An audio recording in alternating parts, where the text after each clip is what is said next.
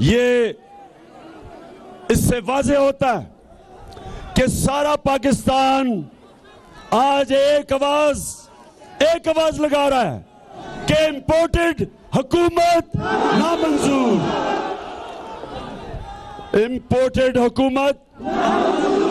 अब नौजवानों सुनना मेरे से, आपको पहले बता दूं कि ये साजिश थी क्या। गौर से सुनना, आगे चुप सुनना, क्योंकि मेरा काम है अपने पाकिस्तान को शऊर देना, अपने मुल्क को इसकी दिफा के लिए, राय हक के लिए, इंसाफ के लिए, अपनी कौम के लिए। मैं चाहता हूं कि हमारा नौजवान अपनी कौम के लिए खड़ा हो और कभी कभी किसी की गुलामी कबूल ना करे। हम नौजवानों, ये जब पाकिस्तान बना था, मेरे वालिदैन उन्होंने तहरीक पाकिस्तान में शिरकत की थी और सबको पता है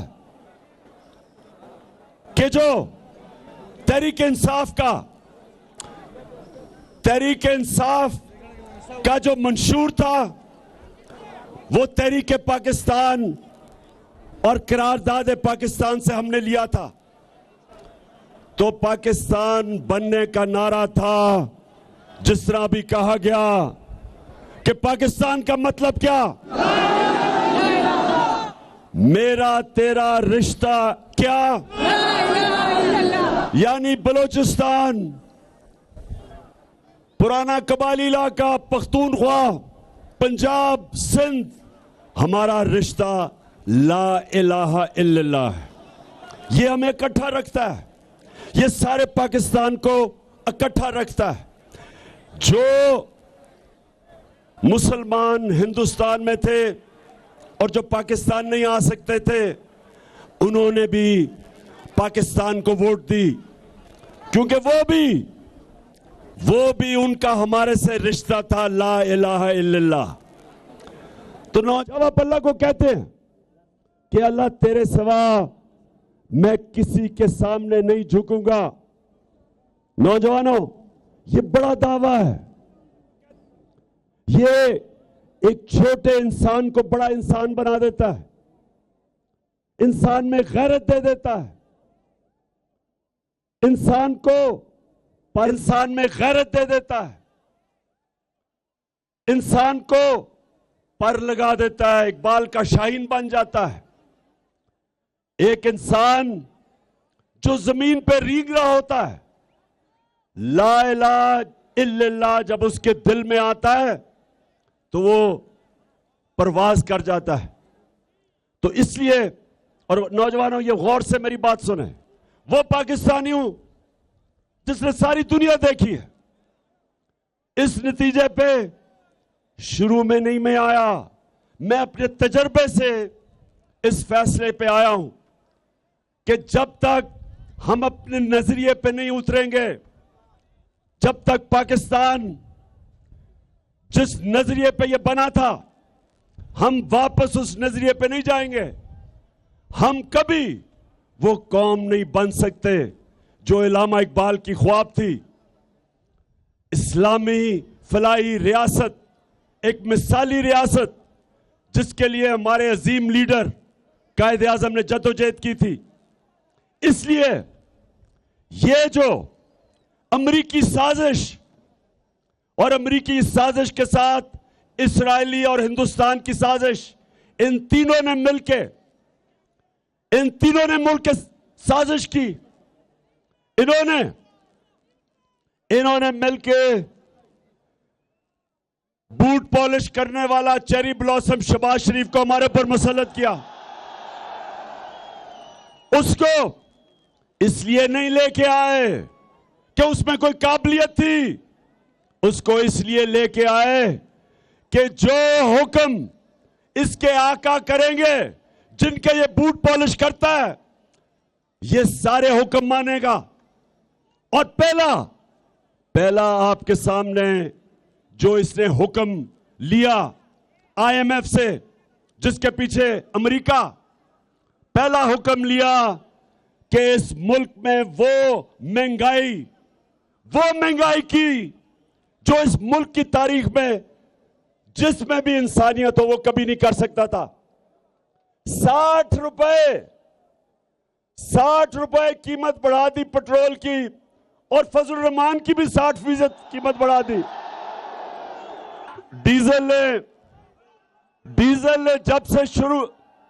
डीजल को जब पता चला कि उसकी कीमत 60 रुपए बढ़ गई, वो उम्रा करने चला गया। उसने कहा पाकिस्तान से भागो। पहले ही डीजल की आवाजें लग रही थी, अब वो पब्लिक में कैसे जाएगा? वो उम्रा करने चला गया, और उम्रा करने भी भेस बदल के गया, क्योंकि मुझे शक है कि वहां भी लोगों ने देख लिया तो वहां भी डीजल की आवाजें लग जाएंगी। हालांकि हम उन मुकद्दस जगहों में ये कहते हैं कि कभी किसी पे आवाज ना लगे, लेकिन सुने, खामोशी सुने जरा। अब हमारी जब हुकूमत थी, हमें भी आईएमएफ ने जोर लगाया कि डीजल और पेट्रोल बढ़ा दो, बिजली बढ़ा दो। हमारे ऊपर भी प्रेशर था, लेकिन इमरान खान का जीना मरना पाकिस्तान में है, और उसके दिल में ला इलाहा इल्लल्लाह है। वो किसी के सामने नहीं झुकता, किसी से खौफजदा नहीं। जो मैं चाहता हूं, नौजवानों, मैं चाहता हूं आप सब ये हो, कभी आपने किसी के सामने नहीं झुकना, क्योंकि ये शिर्क है। ला इलाहा इल्लल्लाह आपको गैरत देता है।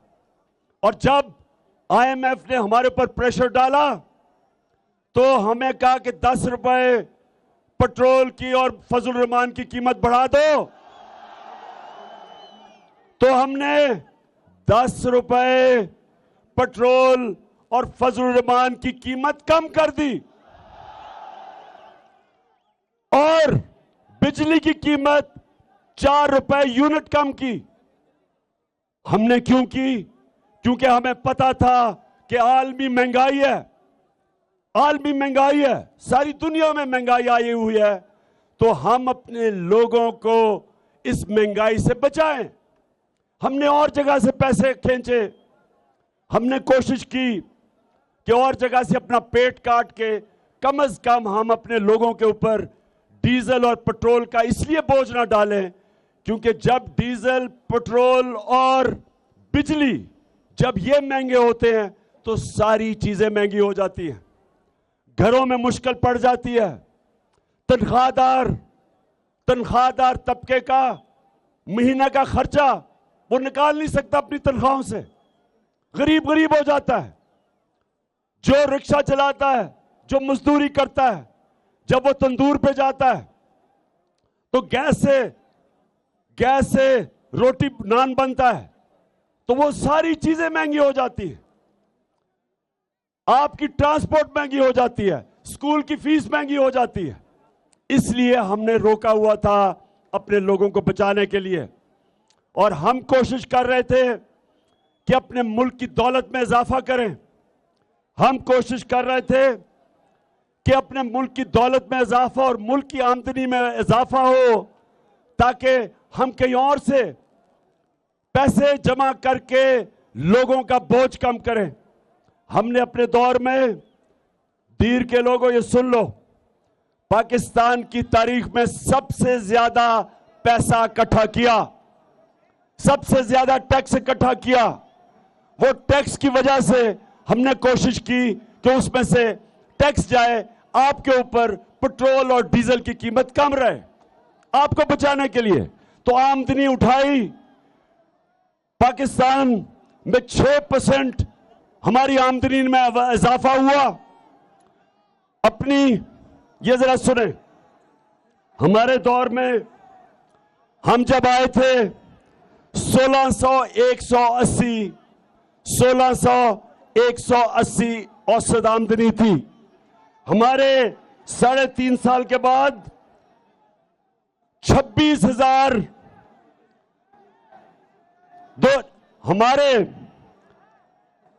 हमारे फिर से मैं बताता हूं, हम जब आए थे 16,180 औसत आमदनी थी, यानी अमीर गरीब के मिला के जो औसत आमदनी है वो 16,180 थी। हमारे 3.5 साल के बाद 26,300 औसत आमदनी हुई, 62% ऊपर गई, 62% ऊपर गई। कौम की दौलत की बढ़ाने की कोशिश की और उधर से फिर टैक्स ज्यादा इकट्ठे किए और उससे कोशिश की कि अवाम के ऊपर बोझ कम हो। हेल्थ कार्ड लेके आए कि हर खानदान के पास 10 लाख रुपए की हेल्थ इंश्योरेंस हो, किसी भी अस्पताल में अपना इलाज करवा सके। एहसास के प्रोग्राम लेके आए, कामयाब पाकिस्तान के गरीबों को सूद के बगैर कर्जे दिए जाएं, बिजनेस के लिए, किसानों के लिए। सारी कोशिश की कि मुल्क में अपने लोगों के, अवाम के ऊपर बोझ कम किया जाए, नीचे से तबके को ऊपर उठाया जाए। और मुझे खुशी ये थी, वीर के लोगों सुनो, हमारे दौर में सारे बर्रे सगीर में जिस मुल्क ने सबसे ज्यादा रोजगार दिया वो पाकिस्तान था। तो हमने क्यों ये कोशिश की? क्योंकि हमारे ना इमरान खान के पैसे बाहर पड़े हैं, ना इसकी दौलत बाहर है, ना इसकी बिजनेस बाहर है, ना इसके कारखाने बाहर हैं। इमरान खान का जीना मरना पाकिस्तान में है। लेकिन इंपोर्टेड हुकूमत के सरबराह आसिफ जरदारी और शहबाज शरीफ और नवाज शरीफ, इन सारों के दौलत मुल्क से बाहर पड़ी है, इनके पैसे चोरी के मुल्क से बाहर पड़े हैं।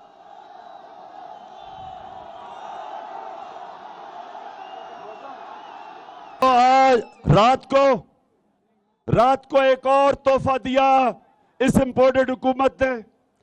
पहले पेट्रोल और डीजल 60 रुपए लीटर बढ़ा दिया, अब रात के अंधेरे में 45% गैस की कीमत बढ़ा दी।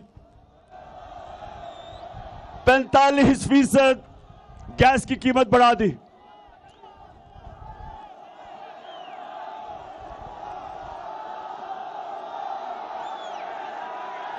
अब वीर के लोगों, जरा आराम से और सामने खड़े हो मेरी बात सुनना, शोर नहीं करना, क्योंकि मैंने नौजवानों को जब मौका पता नहीं अगला आपके सामने कब आता है बात करने का, मैं चाहता हूं कि आप आज समझ जाएं कि पाकिस्तान से क्या साजिश हुई है।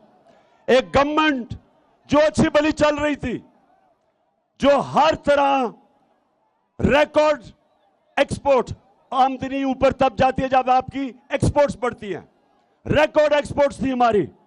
मई के महीने में, पिछले महीने जब से इंपोर्टेड आई है, 10% हमारी एक्सपोर्ट्स नीचे गई हैं। हमारा टैक्स कलेक्शन रिकॉर्ड, हमारी 5 फसलों में 2 साल रिकॉर्ड हमारी फसलें बढ़ी, प्रोडक्शन हुई। हमारी आईटी जो टेक्नोलॉजी, जो हमारा मुस्तकबिल है, उसमें हमने 75% इंक्रीज की, वो बढ़ी। तो मैं अब आपके सामने पूछता हूं कि ये गवर्नमेंट गिराई क्यों? जब ये नून लीग और पीपल्स पार्टी की गवर्नमेंट्स गिरती थी, करप्शन पे गिरती थी, करप्शन पे निकाली जाती थी। ये गवर्नमेंट को इन्होंने कहा कि हमने महंगाई के ऊपर गिराई है। ये बिलावल भुट्टो मार्च, उसने कोई मार्च की इस्लामाबाद, महंगाई मार्च, तो वो महंगाई और ये 30 दिन में जो महंगाई हुई है, जो हमारे 3.5 साल में सारी कौम के सामने है, ये महंगाई की वजह से गवर्नमेंट नहीं गिराई गई, ये गवर्नमेंट साजिश के तहत गिराई गई ताकि ये अमेरिका के पुतलों के ऊपर बैठाया जाए। जो हिंदुस्तान से शरीफ खानदान के ताल्लुकात हैं, ये उनके लोग यहां लाए जाएं, जो कि इस्राएल में पहली दफा पाकिस्तान के लोग भेजे हैं, जिसमें एक सरकारी इदारे में काम करता है वो भी गया है।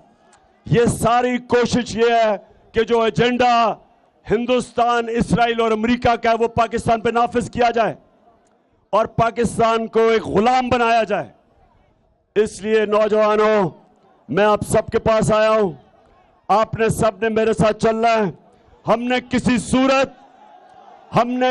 सूरत ये गुलामी तस्लीम नहीं करनी। सुनो जरा, खामोशी।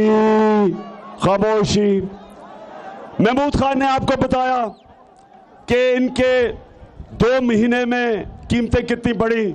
मैं जरा सिर्फ आपको अब गिना दूं कि आटे की कीमत, सुनते जाए जरा। आटा 38% बढ़ा, 38%। बड़ा गोश्त 20% बढ़ा। चावल 41% बढ़े। ये सिर्फ 30 दिन में है। चिकन, मुर्गी, जो कि वो हमजा शरीफ की मुर्गी का कारोबार है, वो 62% मुर्गी का कीमत बढ़ी, जिसको हमजा मुर्गी कहते हैं।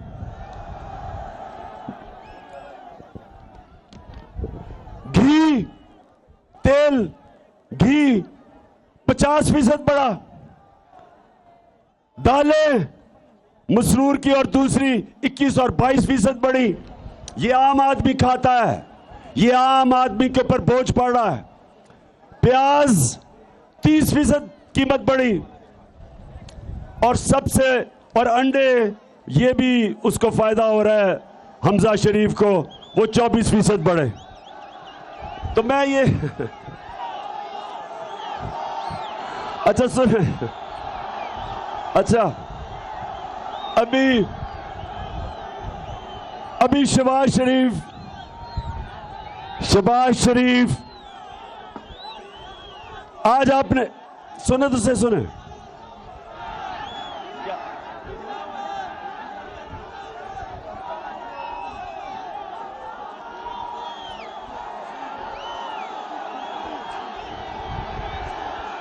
पाकिस्तान है।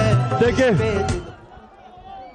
पहले मैं शहबाज शरीफ की बात कर लूं। आजकल उसकी आपने शक्ल तो गौर से देखी है, बहुत घबराया हुआ है। शक्ल पे अजीब सा खौफ आया हुआ है। कहता मुझे पता ही नहीं था कि क्या बारूद की सुरंगें बनाई हुई हैं।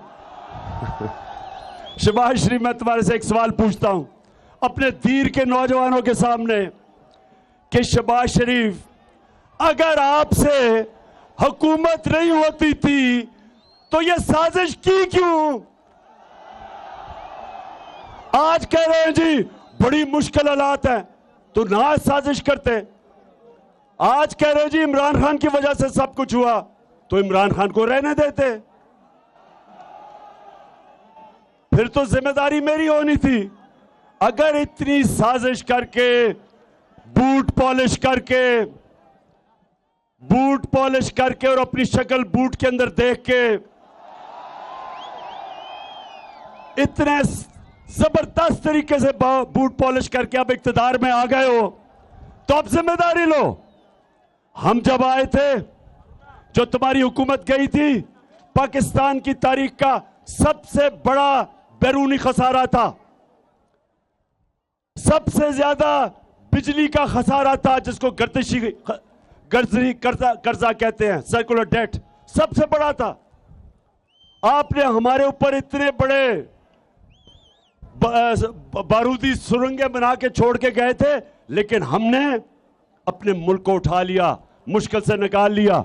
अब तुम्हारा काम है, साजिश की है, अब जरा ठीक करके दिखाओ। बजाय इधर उधर ना भागो, तुर्की ना जाओ, अभी यहां बैठ के काम करो। ये बजाय काम करने के कहते जी सुभाष शरीफ सुबह 7 बजे काम पे पहुंच जाता है।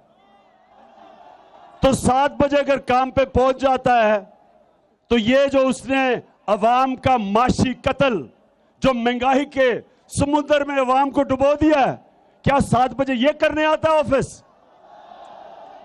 बड़ा हम सुनते थे, बड़ा जी शहबाज शरीफ जबरदस्त काम करता है। शहबाज शरीफ का काम सिर्फ इश्तिहारों में होता था। हर इश्तिहार के अंदर शहबाज शरीफ की शक्लें। असल काम अब पता चलेगा कि हमने एक मुल्क जिसका दिवालिया निकाला हुआ था तुमने, उसको उठा के हम ऊपर लेके गए। जब से तुम आए हो मुल्क तेजी से नीचे जा रहा है।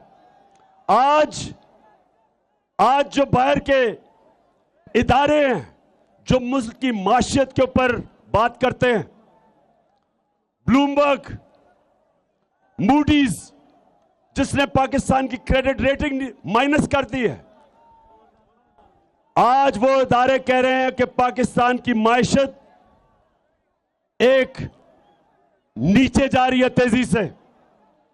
आज वो बाहर के इदारे कह रहे हैं महंगाई के अलावा हमारा रुपया गिर रहा है, 200 रुपए पे डॉलर पहुंच गया है। हमारा जो फॉरेन एक्सचेंज रिजर्व्स जिसकी वजह से रुपए को रखते हैं वो नीचे गिर गए हैं। आज जो हमारी माइशत है वो उधर जा रही है कि मुल्क को खतरा है।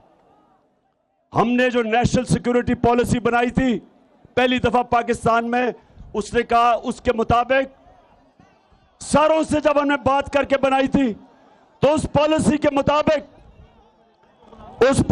मुताबिक सिर्फ फौज मुल्क को नहीं हिफाजत कर सकती जब तक आपकी माइशत भी मजबूत ना हो। यह नेशनल सिक्योरिटी का इशू है। जिस तरह माइशत कमजोर होगी हमारी सिक्योरिटी कमजोर होगी। जिस तरह सोवियत यूनियन की मिसाल है कि सोवियत यूनियन दुनिया की सबसे ताकतवर अमेरिका के साथ फौज थी, लेकिन जब उसकी माइशत गई तो वो टूट गया। हमारे सामने लेबनान, दुबई की जगह एक वक्त पे सारे दुनिया लेबनान जाती थी दुबई की जगह। आज वो मुल्क बैंकरप्ट हो गया, 60% आबादी उसकी गुर्बत की लकीर से नीचे चली गई। तो मुल्क, अगर हम आज मेरी तरह के लीडर ना बताएं कि मुल्क किधर जा रहा है, हम अपने मुल्क से ज्यादती करेंगे। ये इस तरह है कि जिस तरह बाप आप अपने बेटे को कहता है कि अगर तुम ये रास्ता इख्तियार करोगे तुम अपनी तबाही का रास्ता ले रहे हो।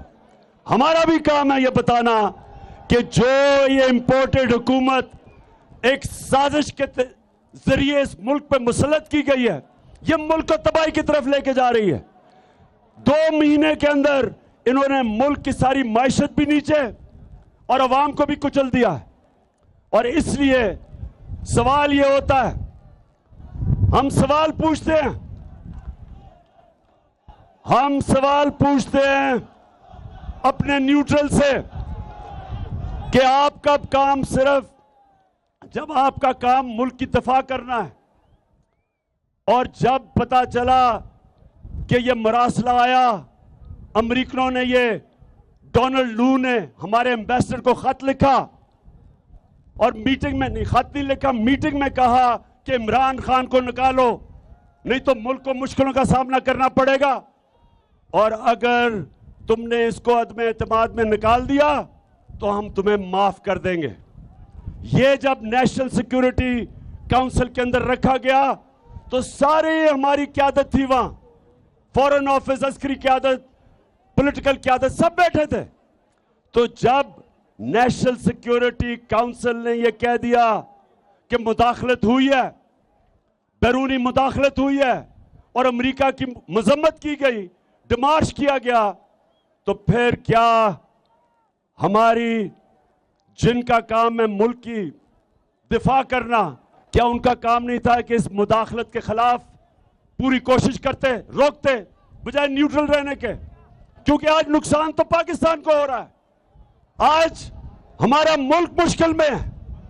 यह साजिश के तहत जो हुकूमत आई है, इसने हमारे मुल्क का मुस्तकबिल अंधेरे में कर दिया और इसलिए एक ही रास्ता है, एक ही रास्ता है इससे निकलने का, और वो है साफ और शफाफ इलेक्शन। कोई दूसरा रास्ता नहीं है। दीर, आप तैयार हो? इलेक्शन के लिए तैयार हो? सारा पाकिस्तान इलेक्शन के लिए तैयार है। सारा पाकिस्तान चाहता है कि ये जो बाहर से इंपोर्टेड हुकूमत जो हमारे ऊपर मुसल्लत की है, इससे सिर्फ एक तरीके से पाकिस्तान को निजात हासिल मिल सकती है कि पाकिस्तान के लोगों को फैसला करने दो कि वो किस किस्म की गवर्नमेंट चाहते हैं। ये पाकिस्तान अवाम फैसला करे, ये वॉशिंगटन या इस्राइल में या हिंदुस्तान ये हमारा फैसला ना करे मुस्तकबिल का। हाथ खड़ा करके बताएं आप इसके साथ हैं।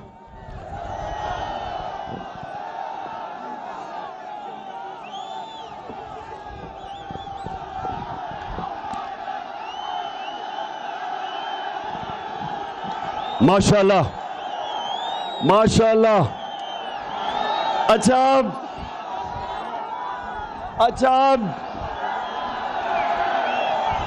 जी, सारी कौम की ये आवाज है। सारा मुल्क ये चाहता है कि इस मुल्क में अवाम की राय से हुकूमत बनाई जाए, कोई भी बाहर से हमारे ऊपर हुकूमत मुसल्लत ना की जाए।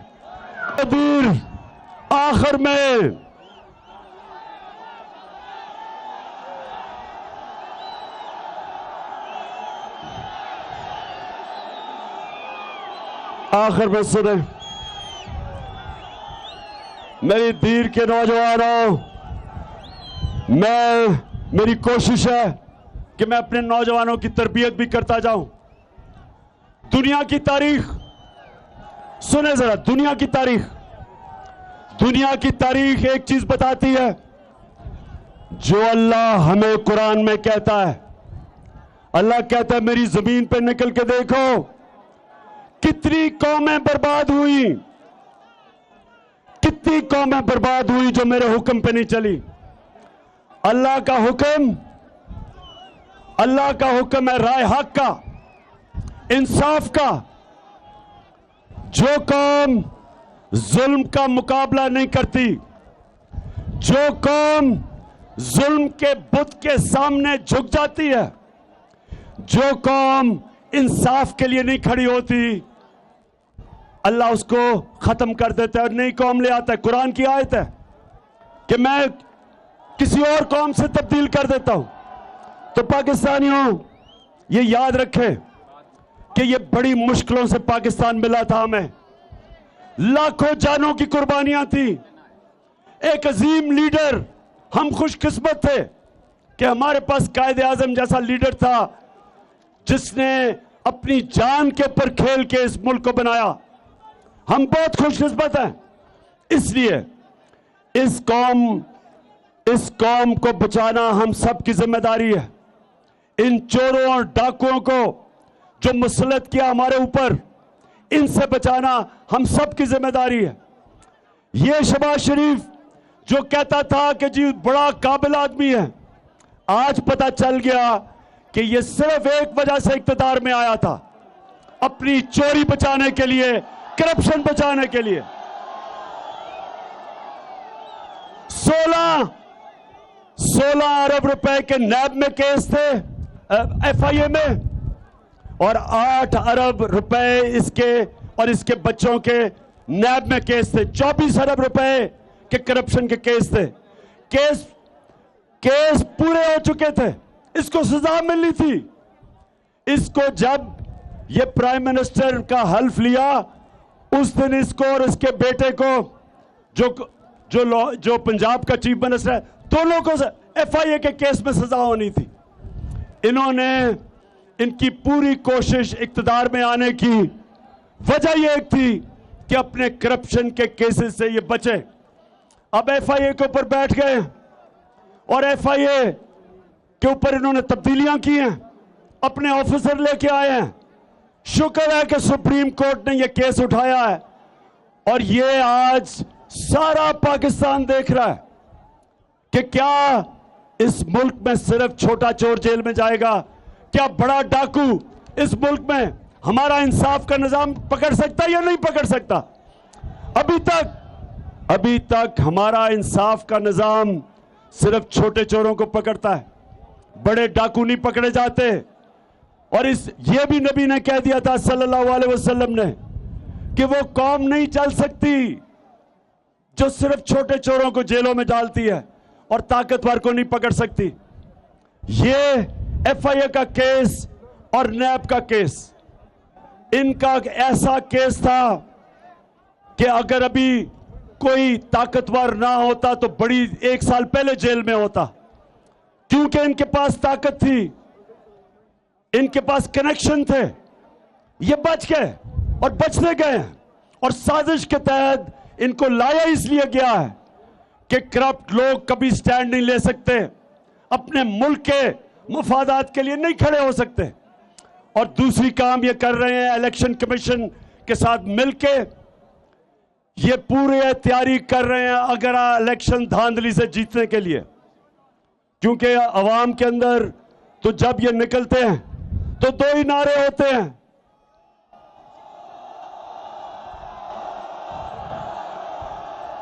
चोर और दूसरा नारा चोर और गद्दार, 2 नारे हैं।